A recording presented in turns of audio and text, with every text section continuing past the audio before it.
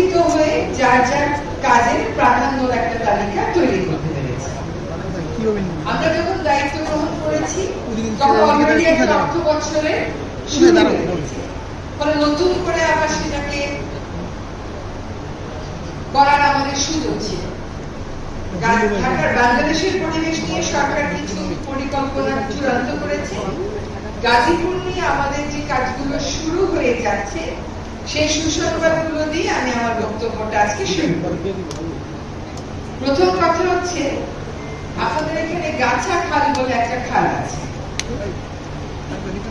একটা কথা মনে রাখতে হবে যে আমরা অন্তর্বর্তীকালীন সরকার সকল কাজ হাতে নিয়ে পাবো। আমাদেরকে প্রাধিকার ঠিক করে কাজগুলো করতে হবে।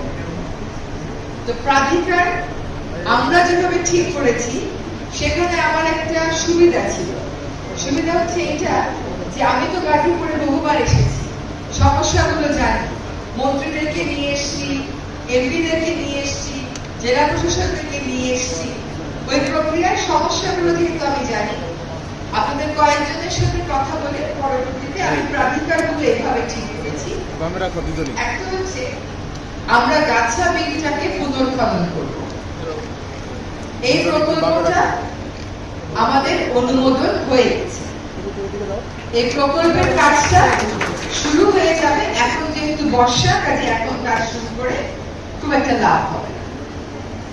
এই প্রকল্পটাকে সফল করতে হবে, প্রবাহ ফিরিয়ে আনতে হবে না, একই সাথে খালটাকে দুর্গন্ধ মুক্ত করতে হবে। সেজন্য এই খাল তারা দূষণ করছে, তারও একটা চূড়ান্ত তালিকা প্রস্তুত হয়ে গেছে।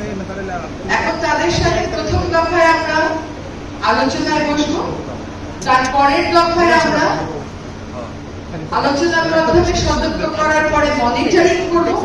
এরপরেও যদি তারা কাজ না শুনে, কথা না শুনে, এবং তারা মনে করে যে খালটা তাদের প্রতিষ্ঠানের বর্জ্য ফেলার জায়গা, সেক্ষেত্রে আমাদেরকে চরম কঠিন পদক্ষেপই গ্রহণ করতে হবে।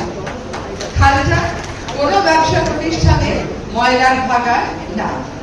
আমি পরিবেশ অধিদপ্তরকে এখনই নির্দেশনা দিচ্ছি যে গাছা খাল যারা দূষণ করে, আপনি আপনার পর্যায় থেকে তাদেরকে লিখিত এবং মৌখিক সতর্কতা দিতে থাকে।